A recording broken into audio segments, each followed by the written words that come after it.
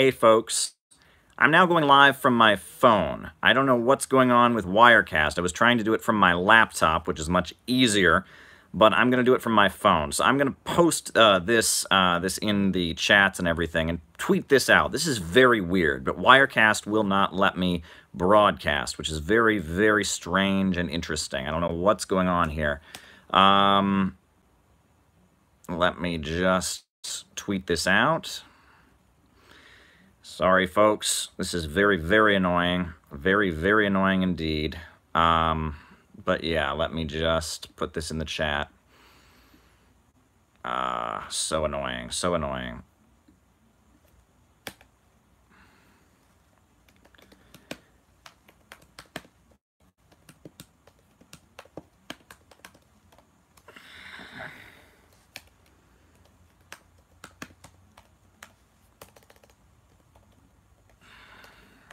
So annoying. I had it all set up, and then it wouldn't work. So let me just post this. Let me tweet this out.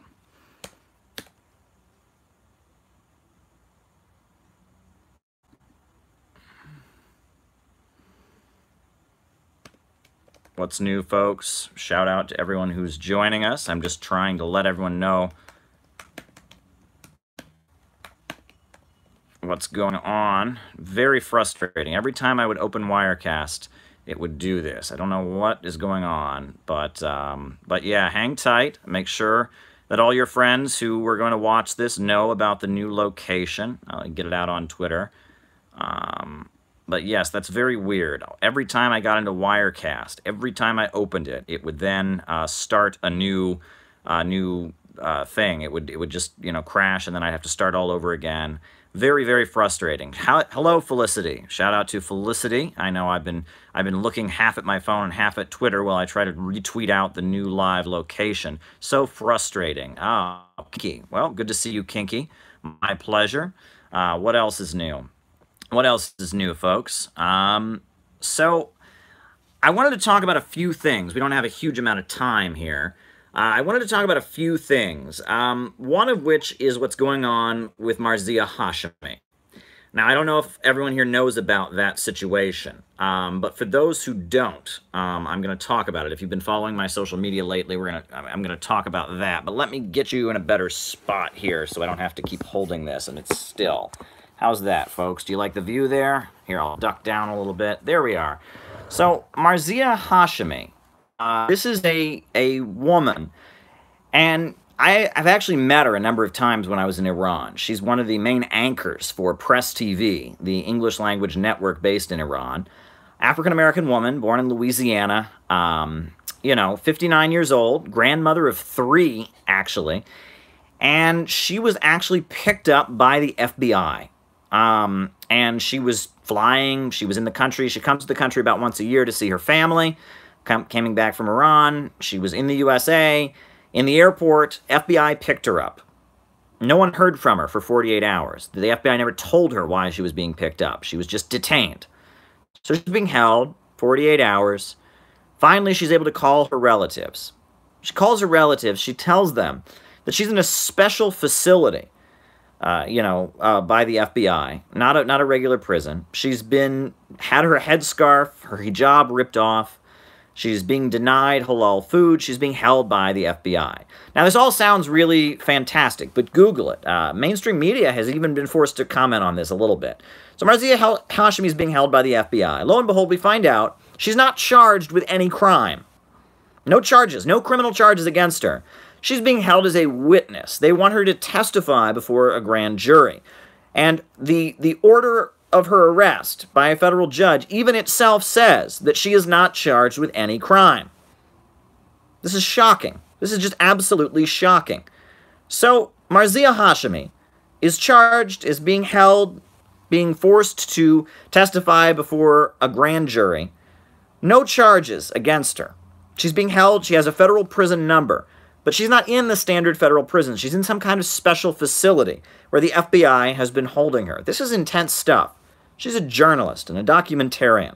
She's made documentaries about the Black Lives Matter movement, about the situation in Iran, and they just basically grabbed her and are holding her without any charges. This is a very scary situation. Now, I've done a lot on social media to raise awareness about her case. I've done reporting on it. But if you haven't done anything yet, I encourage you to do it. Because at this point, if they can just grab anybody, they could grab you or me, right? They could do it. If they can grab anyone without charges. And they say that she's being held to give testimony before a grand jury. But there's no indication about when her testimony would end. On Friday, they said they expected her to be released today. She's not released yet. She is still in federal custody, under a subpoena, being forced to testify before a federal grand jury. This is intense. If they can do this to her, a U.S.-born citizen, just grab her without any charges, hold her in a federal facility, deny her proper food, they could do this to anybody, right? And so I urge people to raise awareness about her case. CBS News has been forced to cover it. CNN has been forced to cover it, but their coverage is very mild. This should be front-page news. An African-American a journalist has been grabbed by the U.S. federal government, has been grabbed, and is being forced to remain in custody, even though she's not been charged with any crime. This is a very scary situation. This is a very, very scary situation. We should all be doing everything we can to raise awareness about this case. I think about Marzia Hashemi all the time. And this is, we're talking about habeas corpus and civil liberties for people in the United States. This is unprecedented. This is something we've never heard before. This is a woman being grabbed by federal officials and being held. She's been held since Sunday. So it's been a week as of today that she's been in federal custody with shackles on her feet. Being held in federal custody with shackles on her, not even being charged with crime. She's not accused of any crime. It actually says that on the order pending her arrest. Marzia Hashemi is not charged or being accused of any crime. This is shocking stuff. But that's the situation that we're living in. I made a video last March, almost a year ago, a year minus a month or so, where I talked about what's happening around the world. And it was called, Why Do U.S. Leaders Hate Russia and China? What's Behind Geopolitics? This video I made got about 5,000 views instantly, and it remains up. It's one of my most popular videos. And if you watch it, basically it gets into why it is that U.S. leaders don't like Russia, China. I also talk a little bit about Iran in there, about Venezuela, and what's really going on. What is behind geopolitics? And I encourage you to watch the video if you get a chance, because it's one of my most popular videos, because people get caught up in thinking that U.S. foreign policy is motivated by ideology, right? We disagree with what some government is saying. We disagree with their ideology. We're capitalist, they're communist. We're Christian, they're Muslim. That's not really what's going on here. It's not about ideology. It's about what ideologies lead to. And it's about economics. It's about maintaining a monopoly for Western corporations and making sure that the world stays poor so that the Western capitalist countries can stay rich. That's what's going on here. It is a struggle to control global markets. And I'm actually preparing. I'm going to be giving a talk pretty soon about the rise and fall of the Roman Empire. And that might sound like an obscure historical topic, but it'll be at an event that's going to be called, Is America the New Rome, and Will It Fall? Being convened by Students and Youth for a New America. I've been preparing this talk, and the more I research about ancient Rome, which I've been doing for the past year, I've been giving this talk, I've had the idea of giving this talk for well over a year, and the more research I do, the more I learn from the situation regarding the fall of Rome. You can study Gibbon, Edward Gibbon, and his Decline and Fall of the Roman Empire. You can study Karl Kautsky and his amazing masterwork. This is the founder of the German Social Democratic Party. His amazing piece of writing that he wrote called The Foundations of Christianity, in which he talks a lot about the economics of ancient Rome and what gave birth to the Christian movement that is still with us today. The Christian religion. You can talk about, there's a lot that's been written. Michael Parenti wrote a beautiful book called The Assassination of Julius Caesar, A People's History of Ancient Rome.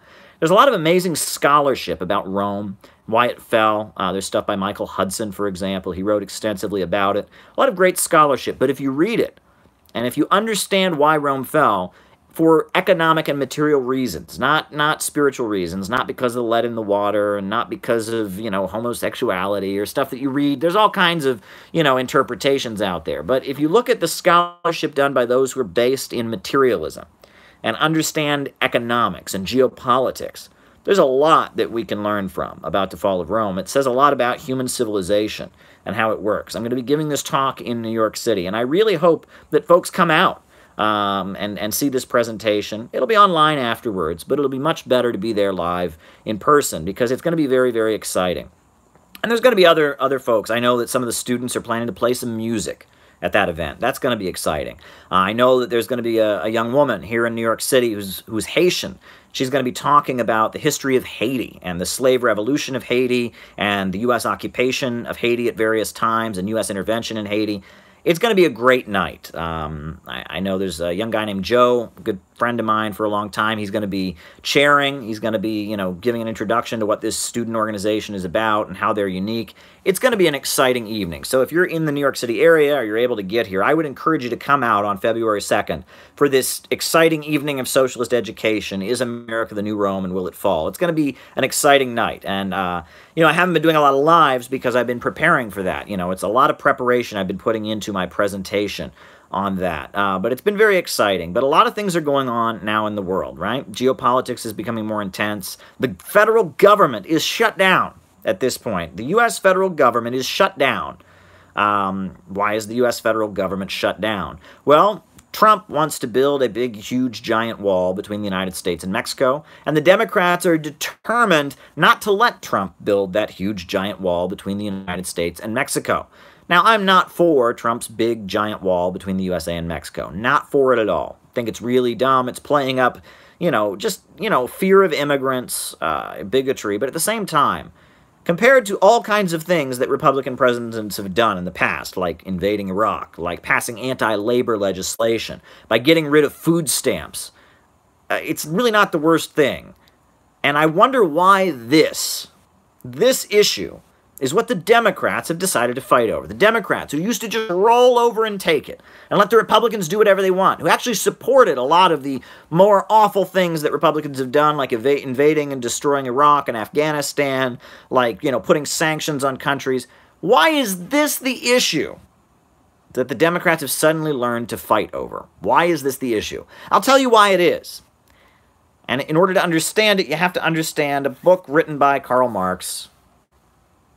Well, this is Class Struggles in France. It's not this one, actually. It's the Brumaire of Louis Bonaparte, of Louis Napoleon. I think I've got that one around here somewhere, if I'm looking right.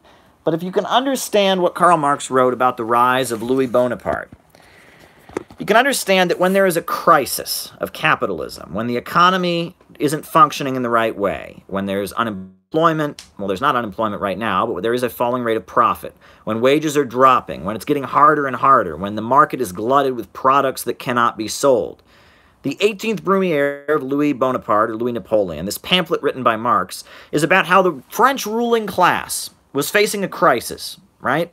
That with the rise of the Industrial Revolution, there was a crisis of overproduction. The market was glutted with products that could not be sold, right? The workers' wages were being driven down as they become more easily replaceable as assembly line production was moving forward. And as a result, there was an economic crisis, and there were strikes and protests, and socialism was becoming more popular among the French working class, and revolts were taking place, and uprisings. And in that situation, a section of the French ruling class, in particular the financial capitalists, the bankers, lined up behind Louis Bonaparte, the nephew of Napoleon Bonaparte, and installed him as the military dictator of France. And he fought on behalf of the finance capitalists. And he took a lot of dramatic moves that were done in order to try and save capitalism.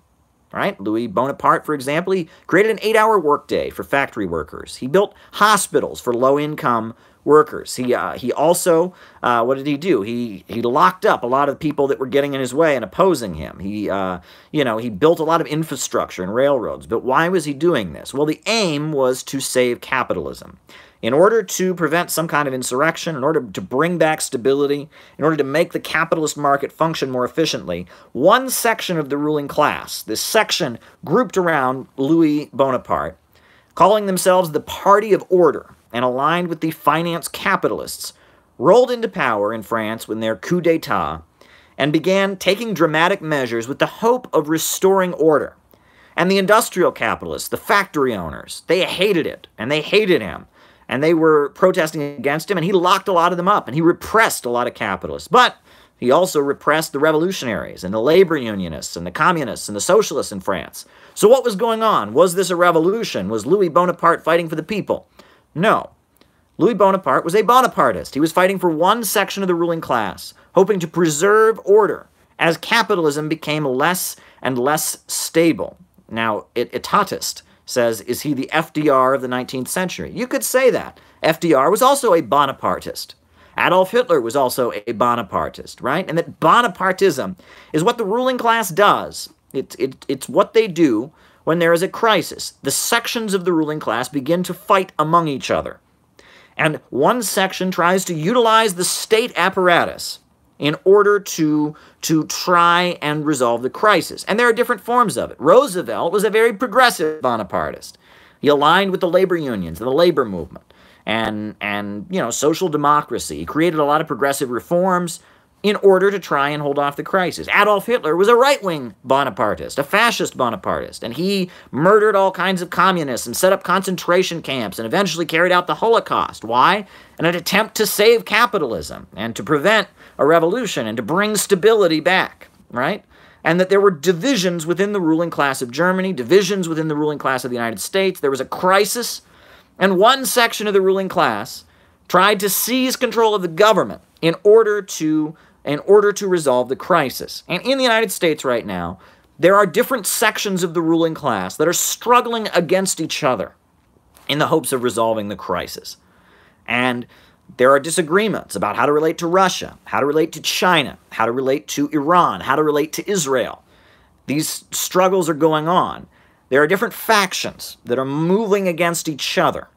And the Trump administration represents one section of the ruling class, one faction, and it's a very broad coalition. You've got fracking companies, you've got Sheldon Adelson, you've got different financial interests, and they are moving against other sections of the ruling class that have a different view of Russia, a different view of China, a different view of Iran, a different view of Israel, a different view of what taxes should be carried out, a different view of what environmental legislation should be carried out, right?